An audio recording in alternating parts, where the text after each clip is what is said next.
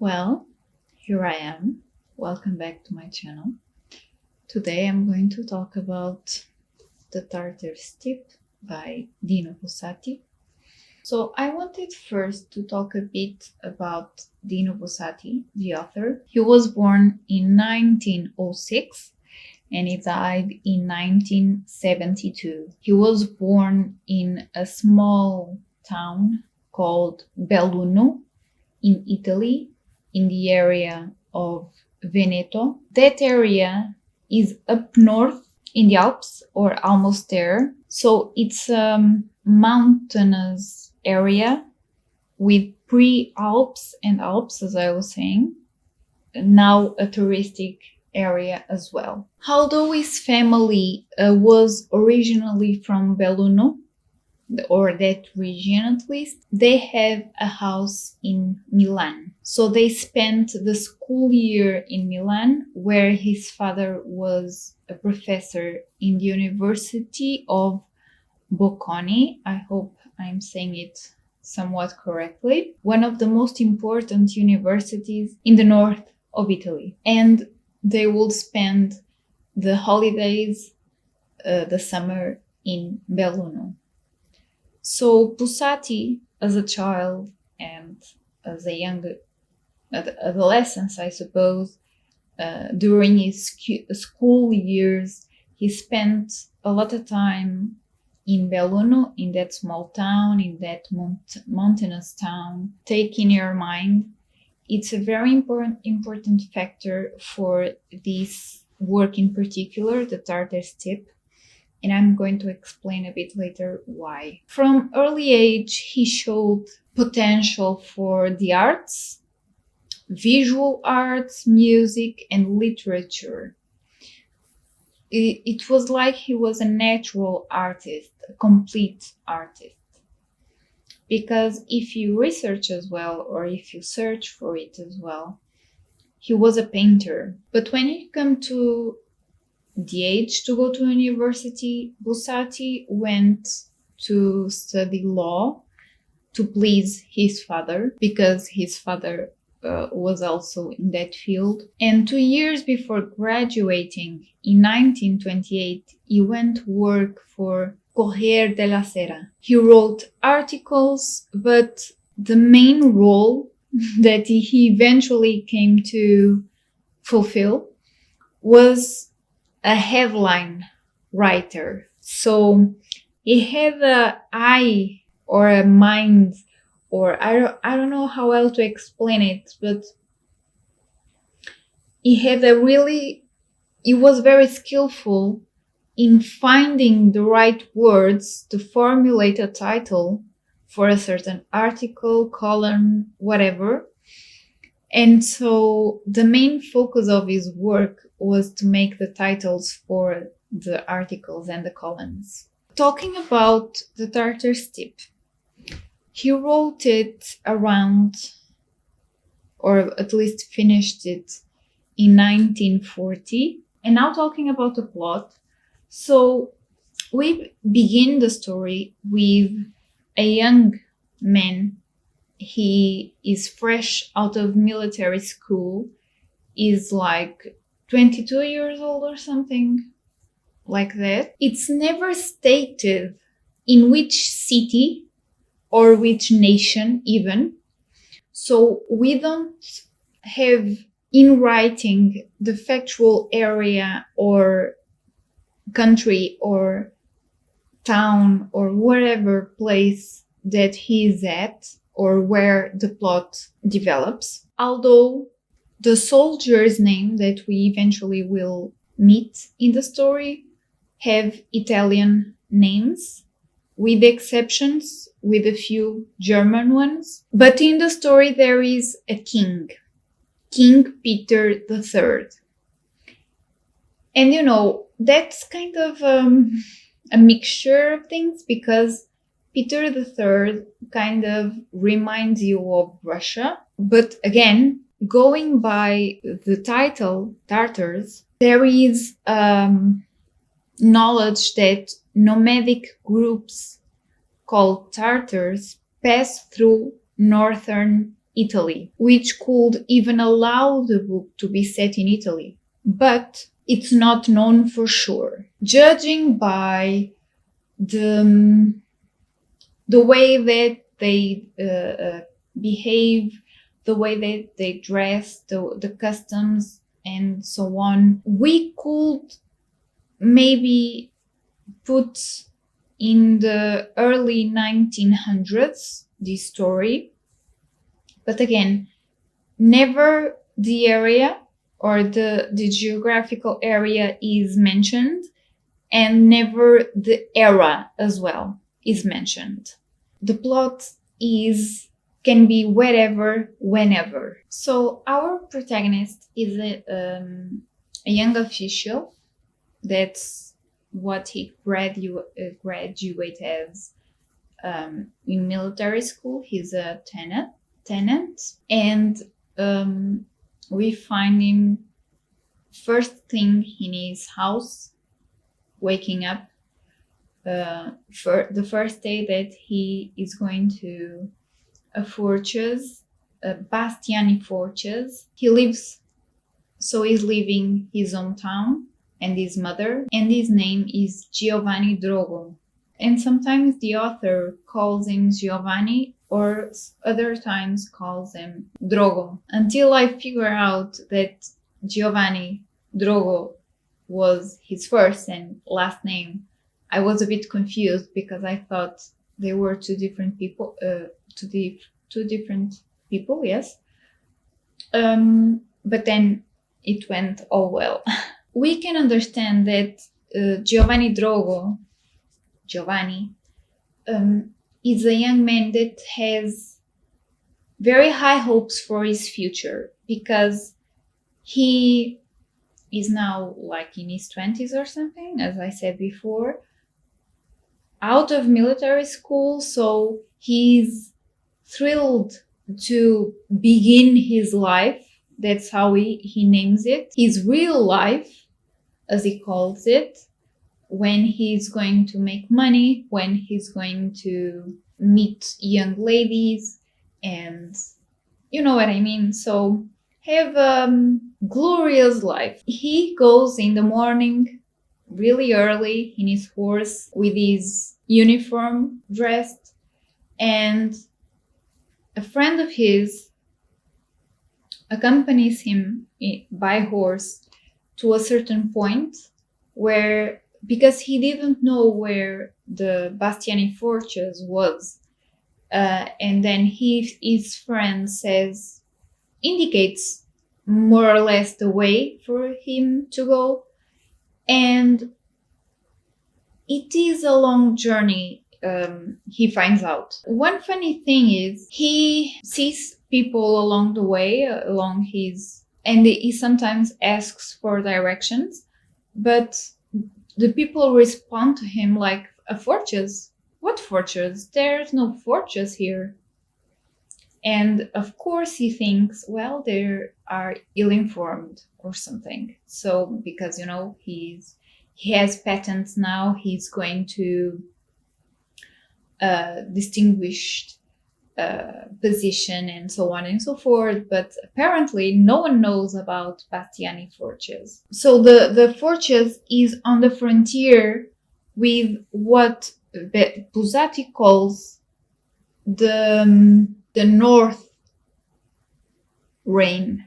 I think I can translate it more or less like this. So the Tartars, right? The reign of the North. But we only will find out about this a bit later when Giovanni is already in the fortress.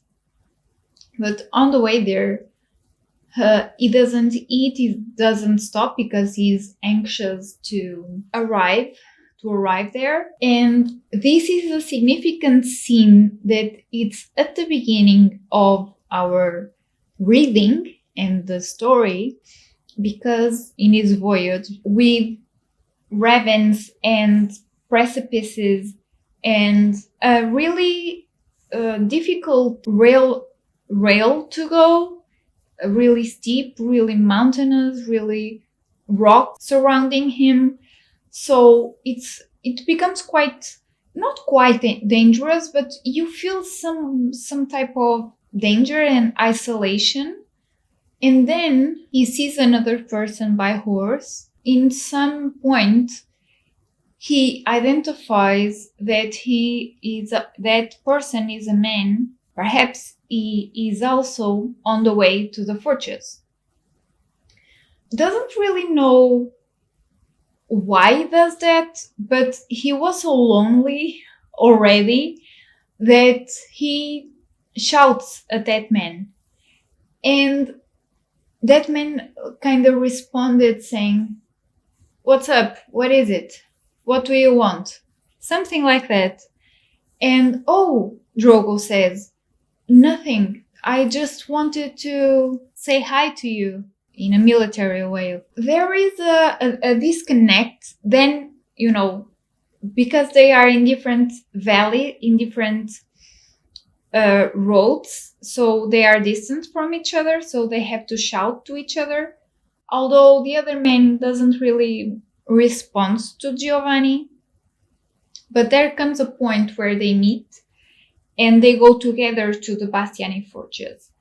And the talk that the conversation that they have till coming up to the fortress is like, so Drogo is all excited and wanted to give a good image and so on and so forth, and was excited to see how is the fortress, and you can feel it by the way that the other person responds. How is it called? Ortiz. That is kind of whatever, like it doesn't give too much. It doesn't share the enthusiasm, of course, because we find out that he's there for quite a while.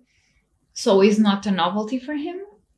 He's returning from away holidays or something, a license to go out. But when Giovanni arrives to the fortress, he kind of reveals to us that he's in somewhat disappointed because he sees that the oldness feel and the oldness visuals of the fortress in itself, but still he has somewhat of hope for the future, that is great things will happen in his life. He will be part of history. He will be known. He will have a role that impact the nation or impact the history of his nation, whatever it is. So that's, I suppose we all pass through that mindset when in a certain age. At least I'm speaking for myself. Something that Giovanni, after a few days there, feels is that he doesn't want to be there. And he tries to talk to superiors to him about a way for he to be relocated to another position somewhere else. But this fortress is on the frontier, as I was saying, with the reign of the north. And the thing is, the fortress is there because somewhere in the past there was an invasion, but no one really remembers it or really knows what happened, but something happened and they were invaded. So the fortress is there in a way to be the first counterpoint to another invasion. And they have really strict routines and really strict rules in the fortress. Although everyone knows each other because they are isolated from everything, and they have passwords to get into the fortress. They have, if they go out to extended position of the forces if they want to come in again. Only the official knows the password of that day that is made that day to get in. And there is a whole scene because of that is really crucial in the story as well, that gives, it's funny because I wasn't expecting such twist in that way. I thought this was going to be more about time and about the passing of time and wouldn't have the twists I'm talking about, but they exist and they are quite refreshing in the story. So the main point is, it is agreed between the superior of Giovanni that he has to be there for 4 months. Then he will talk to the doctor of the forces. He will pass a declaration of something, of an illness, whatever, and then he will be relocated. We can feel it, that he's being absorbed by the forces, by the routines, by the sounds of the bayonets, by the sounds of the steps of the soldiers marching through the walls of the fortress, doing his rounds, guarding an invasion that is imminent at any time. So what do they see through the fortress? They see mountains, rocks, and then a desert. And the rocks and mountains and so on and so forth have entrances and shadows, and of course Dino Buzzati describes it beautifully. I cannot, even more because I read it in Portuguese, so I don't have English edition to at least read to you some passages, but believe me, they are so beautiful. You will be enchanted as well. And you will be enchanted at the same time Giovanni is being enchanted. The thing is, Drogo will be so enchanted, that's the word I was looking for, so enchanted by everything that is the Bastiani fortress, and the scene that he can see, the horizon that he can see through the fortress, and the routines and the rules and the soldiers there and everything, that after the 4 months he is in the doctor appointment, and at the end of the appointment he says to the doctor to get rid of the paper that he has written with something about an illness, because he will stay. From that point on, you will feel the weight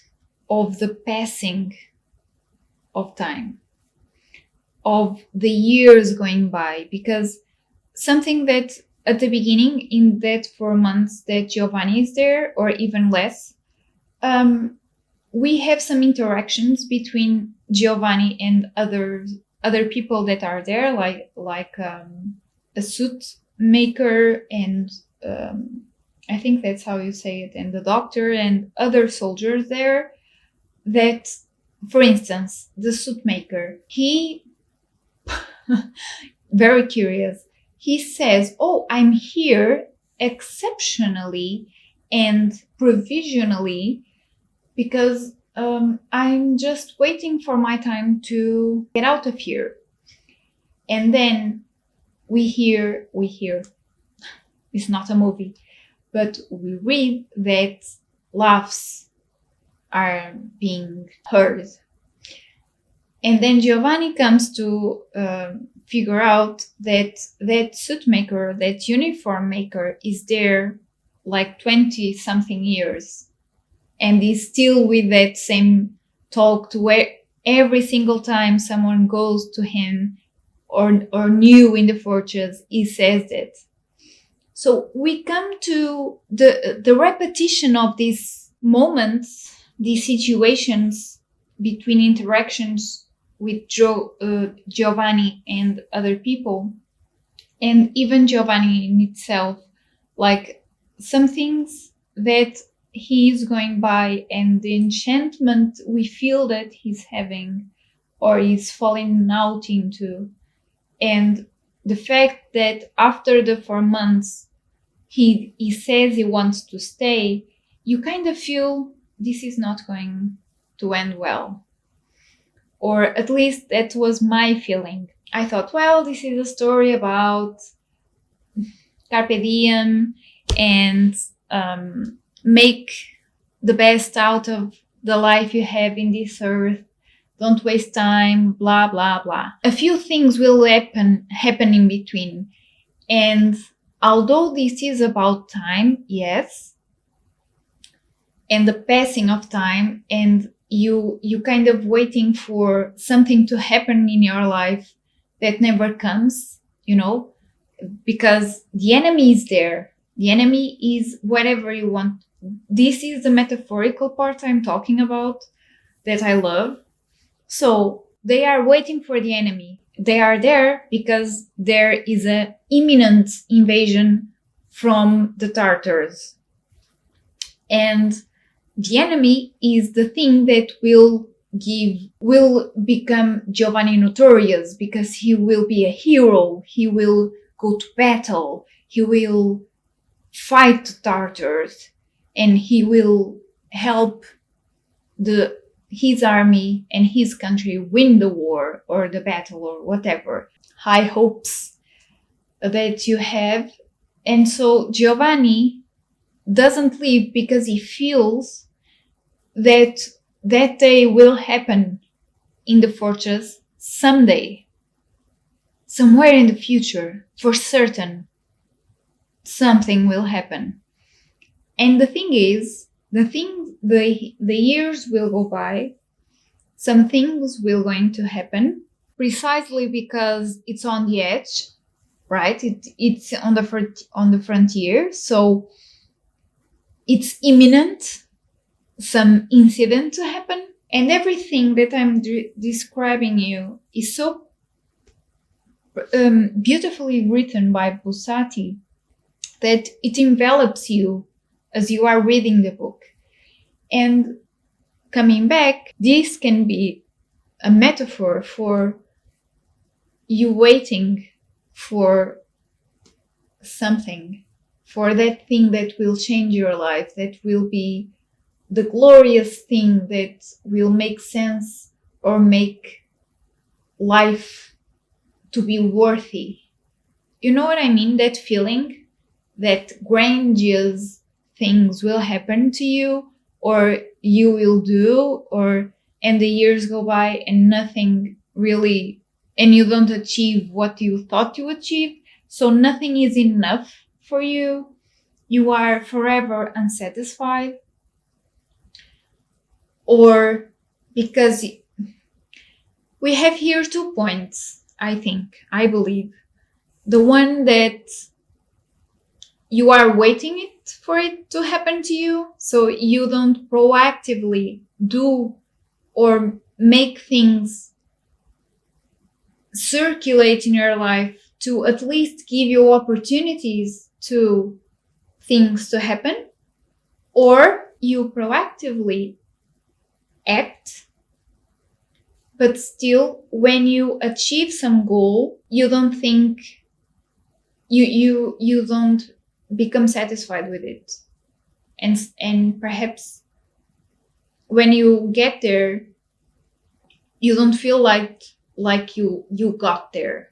You feel like, no, something is still missing. You know what I mean? So that's the feeling I got from this book. Now I'm going to talk about spoilers. So from here on, if you don't want to know, bye. I really appreciate you you having stayed till this point. And from now on, spoilers. So, the thing is, Giovanni, it passes like 30 years and Giovanni is in the fort for those 30 years. So he's like 50 and he's still there. And one scene that I found sublime, and I thought that Buzzati was going to abuse of that scene, but he didn't, was a point where Giovanni was in a license of going out of the fortress. So because Giovanni had times that he went to the city, but the city didn't feel the same. As he is coming back to the fort and the young official shouts at him, Giovanni says exactly the same thing that Ortiz told him. What is it? What do you want? And a few moments later, when they meet and are next to each other, and Giovanni sees the now older man, sees the excitement and the joviality of this young official that is coming to the fort, he recalls that moment of his. It's like a parallel life. It's like so many years have passed by and now he's on the other side of the situation, you know? I found it so beautiful, and I was expecting that scene because I thought this will happen. And I thought Dino Buzzati was going to make a dialogue between them, but no.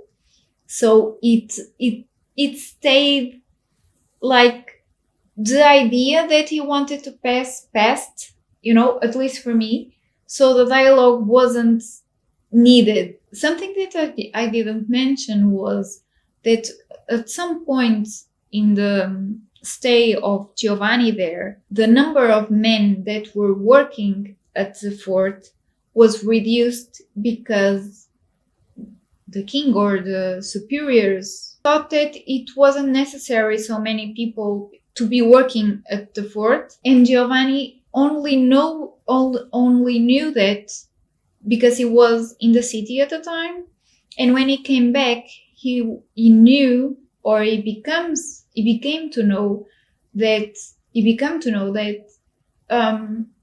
many of his friends already knew that and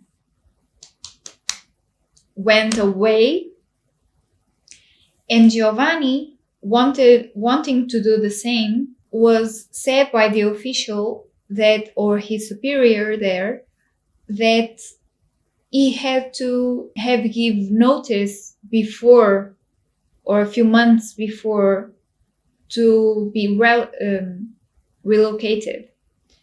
So Giovanni, in a way, was betrayed, you know. And something that I found, again, funny, because of my thought that this book was only going to be the passing of time and waiting for something to happen to you, and that something never come or never arrive. I thought, or at least at the beginning of the book, I thought that the people that were there were as Giovanni, meaning they were also there because they were expecting something major to happen. And that is true for some of them. But as you can understand by now, others wanted to get out. And at the first opportunity, they got out. So it's not like they all were in that enchantment for the fort. So, and then when Giovanni becomes ill, oh, there you go. The reign of the north comes to invade his nation. But then, at that moment, he's not in the health condition to the battle. So he's sent away to give his room to the reinforcements that are coming. That's a whole scene around that I will not describe here. You have to read it. And it is like he is a sour taste in our mouths. Like, I wasn't expecting that the invasion would occur. I thought that we would end the book and nothing would happen. And we don't get to see the invasion or the description of the invasion because we are accompanied Giovanni and he's sent out, right? And he stays at an inn. He can't see the fort by there even, but it's like he sees his life and what he didn't do, or perhaps what he missed. And now that his supposed promised future was there, he wasn't. He was betrayed by his body. And the book ends in a way that he somewhat realizes all that, comes to the realization of his life, what he did, what he didn't do, what he missed, the years that went by, and they, as exterior eyes could say that he wasted years of his life, but he ends his life being kind of comforted with himself, having accepted his life journey as it went, because Dino Buzzati ends the story with Giovanni smiling at the window. So much poetic that what I'm saying here, so please, you have to read. Really, believe me, it's so well written, it's wonderful. So, ending the spoilers. Conclusion. I loved this book. I'm finding out that, of course, the plot matters, the development of the characters matter, but for me, something that I'm finding that is really important, it's the beautifulness of the writing, or at least for my taste. Of course, that is subjective. We all know that. But I think that Dino Buzzati got an atmosphere, got here, you were there, like you were seeing what he was describing. You were feeling what Giovanni was feeling. I simply loved this book and the writing, and for me the writing was the major point. Of course, the way that he sequenced the narrative, also very clever. And there's moments in here that you will be surprised. At least I was, because I didn't know anything or very little about this book. The only thing I knew was that it will mention time many times. I suppose that you can think in our times. Sorry, I'm rambling and jumping from one way to another and being all around, but I saw, like days ago, a clip of a video of a presentation of a man that he was like demonstrating the hours or the days that we spent sleeping, we spent eating, we spent with hygiene, for instance, we spent in chores, not days, years, I think years. We spent like doing things that take us from our free time to do other things. So like years working, and even years scrolling. And it was frightening. I will not be able to link that video, but you get the point. You may have seen it. I do a parallel to this story. Well, you got the point, I suppose. So, if not for the plot, read it for the writing and the poet. It's hard to classify, but the enchantment that you will feel reading this book, believe me, if you are in somewhat have a taste similar to mine, you will love reading this book. And it's a classic, yes, but it's so accessible. Although it has this poetic writing and so on, it's wonderful. And I will end this video. It's got too long. I don't know. Maybe I came to an hour or something. So, excuse me for my blush or excess of it. I hope I have convinced you to read The Tartar Steppe by Dino Buzzati. Hopefully, I will see you soon. So a big kiss, and I will see you next time. Bye!